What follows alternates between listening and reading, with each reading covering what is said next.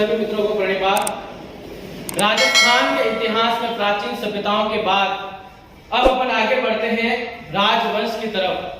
तो भारत और राजस्थान के सबसे बड़े प्राचीन राजवंशों में से एक मेवाड़ राजवंश, किसके बारे में पढ़ेंगे? मेवाड़ वंश के बारे में। और मेवाड़ वंश एक वीरों की भूमि रहा है, वही मेवाड़ जिसने न तो कभी किसी के सामने अधीनता स्वीकार की।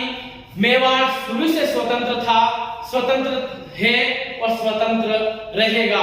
ये माना प्रताप की सोच थी, यानी कि मेवाड़ के सबसे महत्वपूर्ण और सबसे वीर शासकों में से एक। ठीक है, मेवाड़ शुरू से स्वतंत्र था और आज भी स्वतंत्रता के रूप में जाना जाता है और वीरों की भूमि है मेवाड़। और इस मेवाड़ के बारे में ऐसा कहा जाता है कि यहां पर इतने वीरों ने जन्म लिए हैं। ठीक है ना, पूरे राजस्थान का इतिहास जो है लगभग 50% कौन से वंश पर टिका हुआ है? मेवाड़ वंश पर टिका हुआ है। मेवाड़ के शासकों का ध्येय वाक्य था, जो दृढ़ राखे धर्म को ताहि राखे करतार। तो ये मेवाड़ वंश अपन स्टार्ट करने से पहले मैं मेवाड़ के बारे में दो लाइनें जो याद आ रही है मैं आपको बता देता हूं कि बलिदानी की धरती प्रताप का खून है मेवाड़ की हर घाटी में, मेवाड़ का खौफ है कायर हिंसक की हर छाती में, एकलिंग का वरदान कृष्ण का प्रेम है मेवाड़ की हर जाति में, प्रताप की शूरवीरता, मीरा की भक्ति और रानी पद्मिनी की पवित्रता है मेवाड़ की ख्याति में।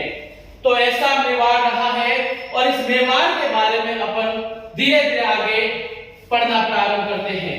तो देखो मेरे मित्रों, इसी मेवाड़ वंश को गुहिल वंश के नाम से भी जाना जाता है। किसके नाम से जाना जाता है? गुहिल वंश के नाम से भी जाना जाता है। मेवाड़ वंश का प्राचीन नाम शिवी या किनी वंश था। क्या नाम था मेरे मित्रों? शिवी या किनी वंश था। इस जगह पर प्राचीन काल में मेर जाति निवास करती थी। कौन सी जाति निवास करती थी? मेर जाति निवास करती थी। और इन मेरों पर मलेच्छों ने आक्रमण किया। किसने आक्रमण किया मेरे मित्रों? मलेच्छों ने आक्रमण किया। मलेच्छे जो अरबी थे उन्होंने मेर जाति पर आक्रमण किया और मेर और मलेच्छों के बीच में संघर्ष हुआ। क्या हुआ? संघर्ष। और यही संघर्ष आगे जाकर मेर कहलाया। क्या कहलाया मित्रों? मेर कहलाया। मेर आगे जाकर प्रागवाड़ कहलाया। क्या कहलाया मित्रों? प्रागवाड़ कहलाया। यही प्रागवाड़ आगे जाकर मेदपाट कहलाया और मेदपाट को ही अंत में क्या कहा गया? मेवाड़ कहा गया। तो वर्तमान में इस क्षेत्र को किस नाम से जाना जाता है? मेवाड़ के नाम से जाना जाता है। तो प्राचीन काल में इस क्षेत्र पर कौन सी जाति निवास करती थी? मेर जाति निवास करती थी, जिस पर मलेच्छों ने आक्रमण किया। और मलेच्छों और मेरों के बीच में जो संघर्ष हुआ, उस संघर्ष को मेद कहा गया। मेद आगे जाकर प्रागवाड़, फिर मेदपाट और अंत में क्या कहलाया मेरे मित्रों? मेवाड़ कहलाया। तो हमने इस क्षेत्र के बारे में तो अपन ने जानकारी बता दी कि इसका नाम कैसे पड़ा। ठीक है ना? तो मेवाड़ पर बहुत बड़े शासकों ने शासन किया था। तो अब प्रश्न यह उठता है कि जो मेवाड़ के जो शासक थे, इस शासकों की उत्पत्ति कहां से हुई? ठीक है ना? इस शासक के जो शासक हैं वो किसके वंशज हैं? तो मित्रों, अलग अलग इतिहासकारों द्वारा अलग अलग इनके बारे में कहा गया है। तो अब हम आगे पढ़ते हैं कि मेवाड़ के शासकों की उत्पत्ति। मेवाड़ के शासकों की उत्पत्ति कैसे हुई थी? देखो, सबसे पहले बात करें अपन, तो सबसे पहले बात करेंगे अबुल फजल की। किसकी मित्रों? अबुल फजल। अबुल फजल मुगल बादशाह अकबर के दरबार में नवरत्नों में से एक थे। वही अबुल फजल जिन्होंने आईन अकबरी और अकबर नामक पुस्तक लिखी थी। ठीक है ना? हालांकि बाद में जहांगीर के द्वारा या जहांगीर के कहने पर अबुल फजल की हत्या करवा दी गई। तो इन अबुल फजल ने कहा है कि मेवाड़ के शासक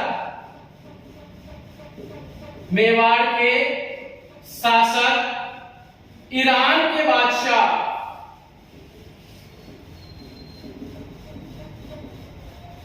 नौशेखा आदिल के वंशज हैं।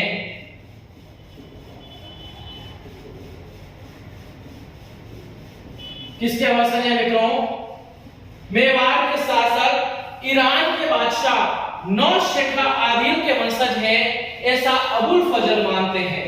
दूसरे नंबर पर आते हैं डी.आर. भंडारकर। डी.आर. भंडारकर अपना मत देते हैं आहड़ लेख के आधार पर। किसके आधार पर मित्रों? आहड़ से मिले एक लेख के आधार पर डी.आर. भंडारकर कहते हैं कि मेवाड़ के शासक नागर ब्राह्मण के वंशज हैं।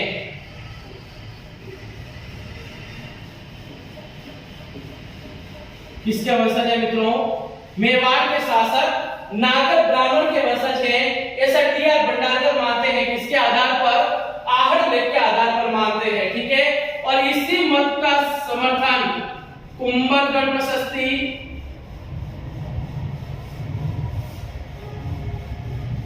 और एकलिंग महात्म्य भी करता है।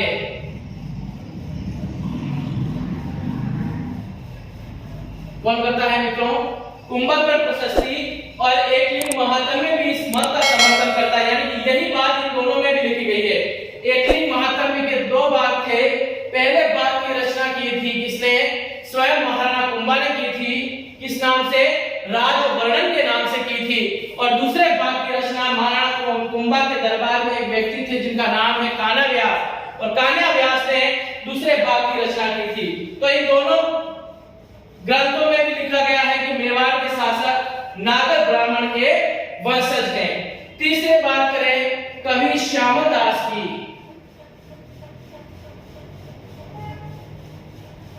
इनके बारे में तो आपने भली बात सुना ही होगा।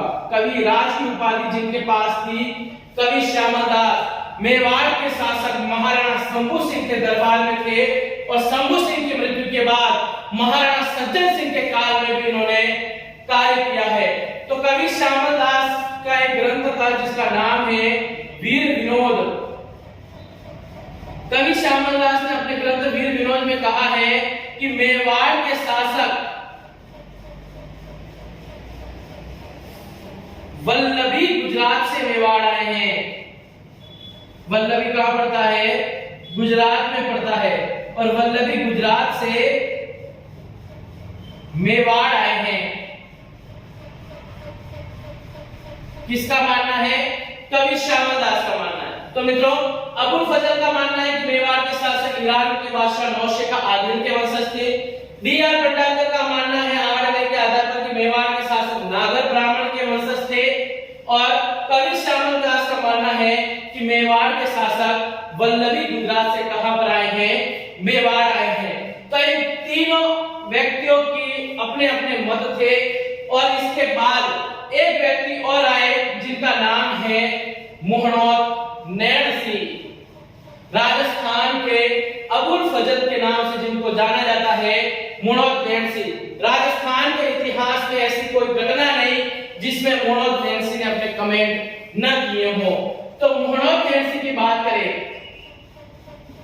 मोहनौत नैण सिंह मैंने पहले भी बताया है राजस्थान के नामकरण के टॉपिक में कि मोहनौत नैण सिंह जो है मारवाड़ के शासक जसवंत सिंह के दरबार में थे। तो Mohnot Nain Singh plus colonel James Tod plus Pandit Gaurishankar Hirachand Ojha, इन तीनों का मत मेरे मित्रों एक ही था। ठीक है ना? मोहनौत नैण सिंह का कहना है कि मेवाड़ के शासक सूर्यवंशी हैं। क्या है मेरे मित्रों? मेवाड़ के शासक सूर्यवंशी हैं। पंडित गौरीशंकर हीराचंद ओझा भी यही मानते हैं, कर्नल जेम्स टॉड भी यही मानते हैं, मोड़ो पेंसिल यही मानते हैं, और सर्वाधिक इतिहासकार इसी मत का समर्थन करते हैं। तो सर्वमान्य मत किसका होगा? मोड़ो पेंसिल की मेवाड़ के शासक क्या है मेरे मित्रों? सूर्यवंशी है, यानी कि भगवान सूर्य के वंशज है। तो जो सर्वाधिक मान्य मत है उसी के अनुसार अपन इसके आगे देखेंगे, ठीक है। तो मोड़ो पेंसिल के अनुसार की बात करें तो मेवाड़ के शासक सूर्यवंशी थे। इसके वंशज थे मित्रों, सूर्यवंशी थे। तो ये देखो भगवान सूर्य के पुत्र का नाम था मनु। क्या था? मनु। मनु की 65वीं पीढ़ी, मनु की 65वीं पीढ़ी थे भगवान राम। कौन थे मित्रों? भगवान राम थे। भगवान राम की 125वीं पीढ़ी वो थे सुमित्र। सुमित्र की 95वीं पीढ़ी बृहद जातक। बृहद जातक के बेटे का नाम था कनकसेन।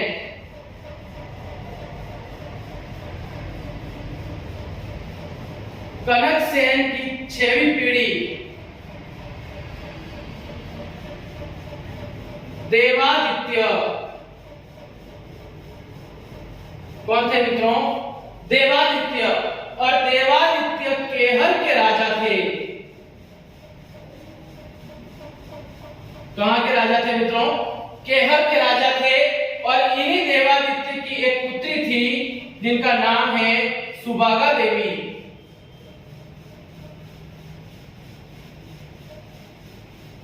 कौन थे मित्रों? सुभागा देवी। तो मोड़ा पेंसिल के अनुसार कि भाई मेवाड़ के शासक सूर्यवंशी हैं। तो सूर्य के बेटे का नाम मनु था। मनु की 125वीं पीढ़ी भगवान राम, उनकी 125वीं पीढ़ी सुमित्रा, और सुमित्रा के 95वीं पीढ़ी बृहद जातक के बेटे का नाम क्या था? कनकसेन। और कनकसेन की 6वीं पीढ़ी कौन थे? देवादित्य। और देवादित्य कहां के राजा थे? केहर के राजा थे, जिनकी पुत्री का नाम क्या था मेरे मित्रों? सुभागा देवी। ठीक है, यहां पर आप स्क्रीनशॉट ले सकते हैं इसका, एक बार स्क्रीनशॉट ले लीजिए। और इसके आगे अपन पढ़ेंगे देवादित्य से आगे अपन कंटिन्यू करते हुए एक एक शासक आगे अपन देखते रहेंगे। तो देखो ये बात हो गई, लास्ट एंड किया था मैंने यहां पर देवादित्य पर। कहां पर मित्रों? देवादित्य पर। तो यहां पर मैं लिख रहा हूं देवादित्य। देवादित्य केहर के राजा थे। कहां के राजा थे मित्रों? केहर के राजा थे। देवादित्य की पुत्री का नाम था सुभागा देवी। क्या नाम था मित्रों? सुभागा देवी। और ये सुभागा देवी जो है वो अविवाहित थी। क्या थी मित्रों? अविवाहित थी सुभागा देवी। और कहते हैं कि सुभागा देवी ने बीज मंत्र का उच्चारण किया था।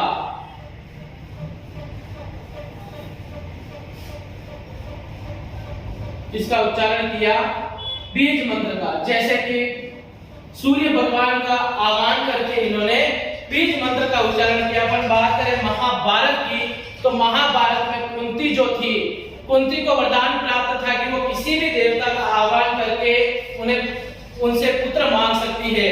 तो कुंती भी उस समय अविवाहित थी, और अविवाहित थी उन्होंने सूर्य भगवान का आह्वान करके उनसे पुत्र की मांग की थी।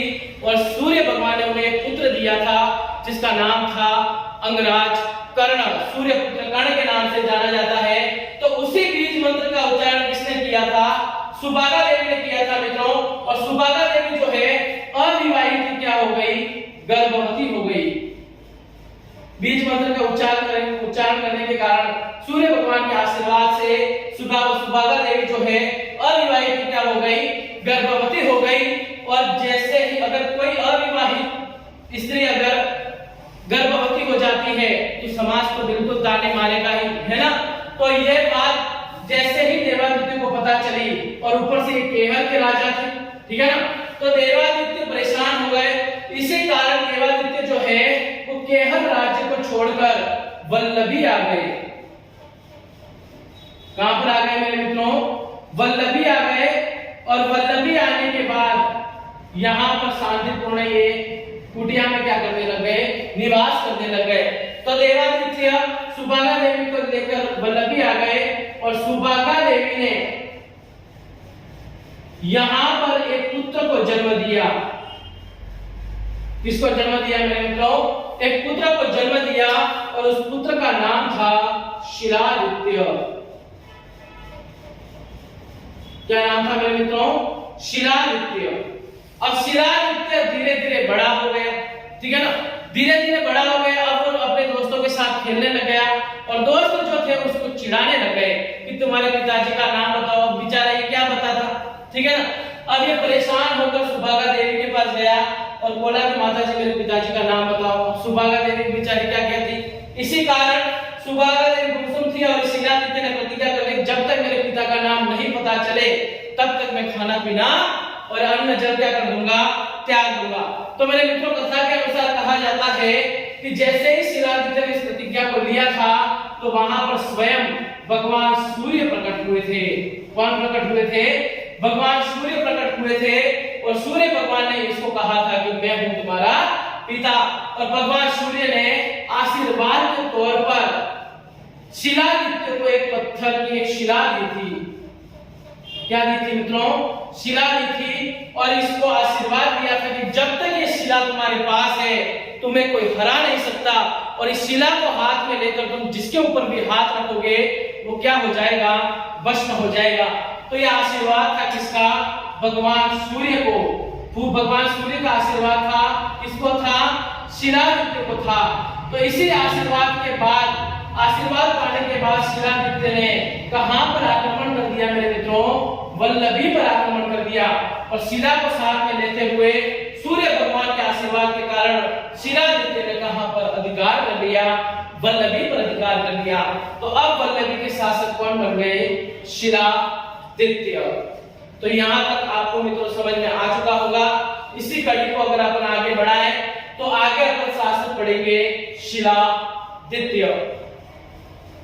तो देखो शिलादित्य की बात करें, शिलादित्य कहां के राजा थे? वल्लभी के राजा। अब वल्लभी पर इन्होंने अधिकार कर लिया। शिलादित्य के पिता का नाम पूछ लिया जाए तो क्या करोगे? सूर्य भगवान, माता सुभागा देवी और शिलादित्य की एक पत्नी थी जिसका नाम है पुष्पावती। क्या नाम है मेरे मित्रों? पुष्पावती। और पुष्पावती क्या हो गई? गर्भवती। क्या हो गई मेरे मित्रों? पुष्पावती गर्भवती हो गई। तो अब देखो जैसे ही अगर पुष्पावती गर्भवती हुई तो मित्रों या तो पुत्र होगा या फिर पुत्री होगी, ठीक है ना। अब देखो पुष्पावती जो है पुत्र की कामना के लिए, किसकी कामना के लिए? पुत्र की कामना के लिए अर्बुदा देवी मंदिर जाती है। कौन से मंदिर? अर्बुदा देवी मंदिर जाती है और अर्बुदा देवी मंदिर पड़ता है माउंट आबू सिरोही में। कहां पर पड़ता है? माउंट आबू सिरोही में। तो पुष्पावती पुत्र की कामना के लिए अर्बुदा देवी मंदिर दर्शन करने के लिए चली जाती है और जैसे ही पुष्पावती अपने पुत्र की कामना के लिए अर्बुदा देवी मंदिर जाती है, इसी बीच मलेच्छों ने कहां पर आक्रमण कर दिया? वल्लभी पर आक्रमण कर दिया। कहां पर आक्रमण कर दिया? वल्लभी पर आक्रमण कर दिया। और उस समय वल्लभी के शासक कौन थे? शिलादित्य थे। तो मलेच्छों ने वल्लभी को तो नष्ट कर दिया और शिलादित्य की क्या कर दी? हत्या कर दी। तो कहा जाता है कि मित्रों जब शिलादित्य की हत्या हुई थी उस समय उसके पास वो शिला नहीं थी। तो शिलादित्य की हत्या होने के बाद जब पुष्पावती को इस बात का पता चला, क्योंकि अर्बुदा देवी मंदिर से दर्शन करते हुए वापस लौट ही रही थी और पुष्पावती को जब इस बात नहीं है। इसी कारण पुष्पावती ने पास ही एक गुफा में पुत्र को जन्म दिया। किसको जन्म दिया? पुत्र को जन्म दिया। और पुष्पावती ने अपना पुत्र जो है वीरनगर गांव की ब्राह्मणी, कौन से नगर गांव की? वीरनगर गांव की एक ब्राह्मणी थी जिसका नाम है कमला देवी। क्या नाम है मित्रों? कमला देवी। तो पुष्पावती ने अपना पुत्र वीरनगर गांव की ब्राह्मणी कमला देवी को सौंप दिया और पुष्पावती स्वयं क्या हो गई? सती हो गई। क्योंकि अब पति तो रहा नहीं, तो इसको सती होना भी बहुत जरूरी था, क्योंकि उस समय सती प्रथा थी। ठीक है ना? तो पुष्पावती अपना पुत्र जो है कमला देवी को सौंप कर स्वयं क्या हो गई? सती हो गई। तो वीरनगर गांव के जो लोग हैं मित्रों, ध्यान से सुनना, वीरनगर गांव के जो लोग हैं वो गुफा को गुहा के नाम से पुकारते थे। किसके नाम से पुकारते थे? गुहा के नाम से पुकारते थे। इसलिए इस पुत्र का नाम उन्होंने रख दिया गुहादित्य। क्या नाम है दिया मित्रों? गुहादित्य। और ये वही गुहादित्य है जो आगे जाकर गुहिल वंश की स्थापना करेगा। किसकी स्थापना करेगा? गुहिल वंश की स्थापना करेगा। इसीलिए इसी गुहादित्य को गुहिलादित्य के नाम से भी जाना जाता है। किसके नाम से जाना जाता है? गुहिलादित्य के नाम से भी जाना जाता है। तो मेरे मित्रों, गुहादित्य किसका पुत्र था? शिलादित्य और पुष्पावती का पुत्र था। तो मैंने मेवाड़ की स्टार्टिंग में अपन ने बहुत अच्छी चीजें देखी।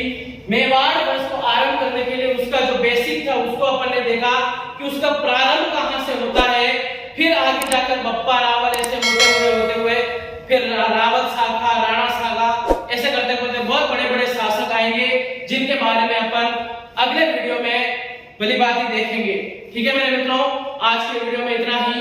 आपका दिन शुभ हो, मंगलमय हो।